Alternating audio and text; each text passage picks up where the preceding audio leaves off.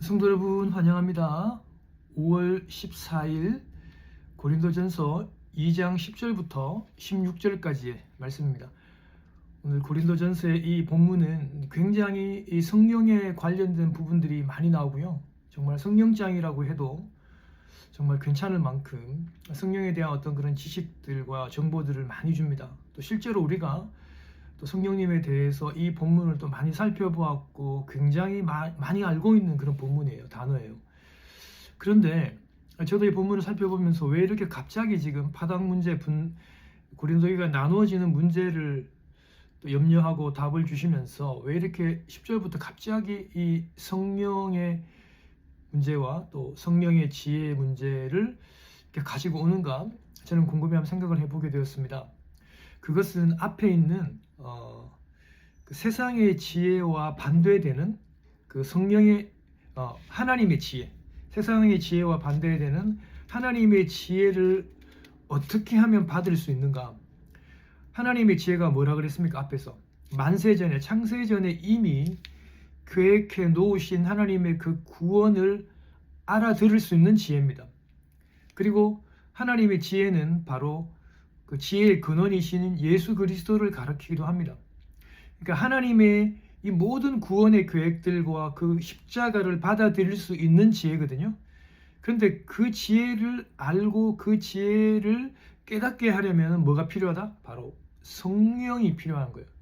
성령님께서 우리 마음속에 오셔야지, 성령님이 있어야만이 그 하나님의 지혜를 우리가 알고 받아들이고 또 예수를 믿을 수 있고 또 더 나아가서 그런 그 파당 만들었던 사람들의 그 지도자의 그 말에 현혹되지 않을 수 있는 거예요.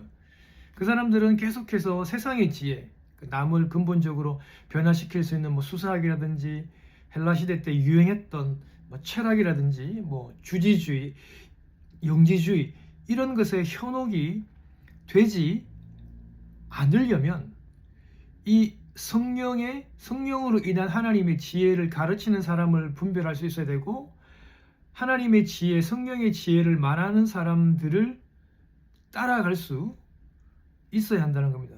그래야만 이 파당의 문제들이, 나누어짐의 문제들이 사실은 해결이 될 수 있는 거죠. 10절에 보면요. 오직 하나님이 성령으로 이것을 우리에게 보이셨으니 성령은 모든 것 곧 하나님의 깊은 것까지도 통달하시느니라 라고 되어 있습니다. 하나님의 성령님은 하나님의 깊은 것까지 다 알고 통달할 수 있습니다. 그 하나님의 지혜를 깨닫게 되기 위해서는 이 성령님이 반드시 필요한 것입니다. 그리고 12절에 보면 우리가 세상의 영을 받지 아니하고 오직 하나님께로부터 온 영을 받았으니 성령님이죠. 이는 우리로 하여금 하나님께서 우리에게 은혜로 주신 것들을 알게 하려 하심이라. 좀 전에도 말씀을 드렸듯이 그 하나님의 지혜를 알게 하기 위해서 만세전부터 창세전부터 우리를 계획하시고 우리를 구원하시기 위해서 계획하신 그 모든 하나님의 그리스도 십자가의 구원의 계획들을 알게 하시는 분이 바로 성령님이에요. 예수 믿고 난 다음에 우리 안에 거하시는 성령님으로 인해서 이 하나님의 지혜를 깨달을 수 있는 거예요. 세상 지혜로는, 세상의 수사학으로는 우리가 알 수 없는 겁니다. 13절에 보면 우리가 이것을 말하거니와 사람의 지혜가 가르친 말로 아니하고 오직 성령께서 가르치신 것으로 하니 영적인 일은 영적인 것으로 분별하느니라 라고 그렇게 얘기하고 있습니다. 14절부터 16절에 보면요.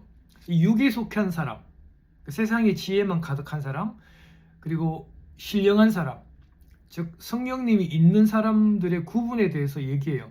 14절에 보면요. 육에 속한 사람, 하나님의 성령의 일들을 받지 않습니다.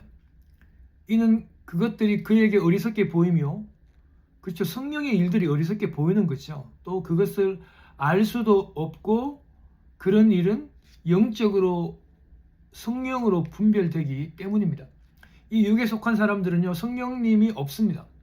그리고 세상의 논리와 세상의 지혜로 모든 것을 판단하기 때문에 십자가를 굉장히 어리석게 비참하게만 봅니다.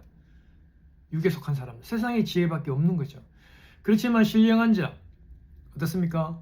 성령의 지혜가 있는 자고 성령이 안에 있는 이 신령한 자는 모든 것을 판단하나 자기는 아무에게도 판단받지 않는다고 얘기하죠.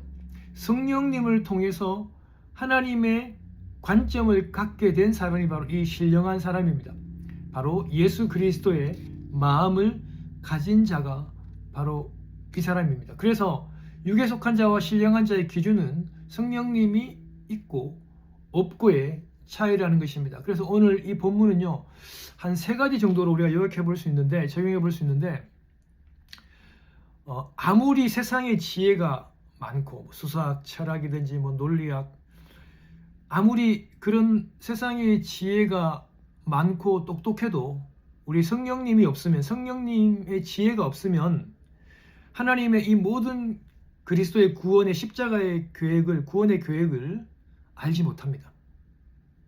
성령님께서 이와 같은 모든 사실을 깨닫고 알게 해주신다는 사실이고요.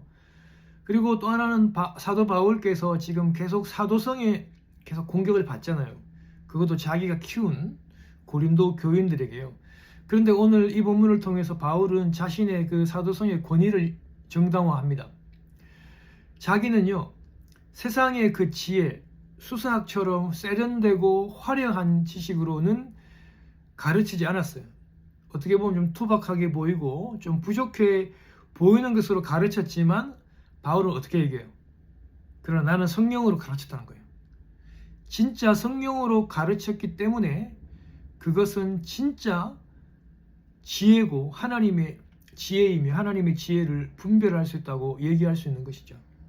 그리고 3번째로는요, 분별할 수 있어야 한다고 강조합니다. 지금 계속해서 지금 파당의 문제가 나오고 있잖아요. 교회 내에서 일어나지 말아야 될 문제가 바로 이 예수 그리스도의 몸을 찢는 이 파당의 문제잖아요. 근데 그거 분별해야 된다는 거예요. 그러니까 고린도 교인들이요, 고린도 교회요, 그 지도자의 그 언변, 화려한 말기술, 그죠? 사람의 마음을 변화시킬 수 있는 그런 수사학적인 거 보지 말고 성령의 능력으로 가르치는 자, 성령이 충만하여 오직 하나님의 지혜를 가르치는 자를 분별하라고 얘기합니다. 여러분, 오늘 이 시대에 참으로 바른 복음이 사라져가는 시대입니다. 교회, 세상의 논리들, 그리고 참 이 황금 만능주의, 또 그리고 정 물질이 지배하는 이런 신학들이 이미 벌써 교회 내에 가득합니다. 이런 시대에 정말 성령의 지혜를 가르치는 자, 그리고 성령 충만함을 가르치는 그런 지혜자들을 잘 구분하시고 우리가 이 나눠지고 깨어지고 또 분파되어지는 것을 막고 하나 될 수 있는, 온전하게 될 수 있는 저 여러분들이 되시기를 주님의 이름으로 축원합니다.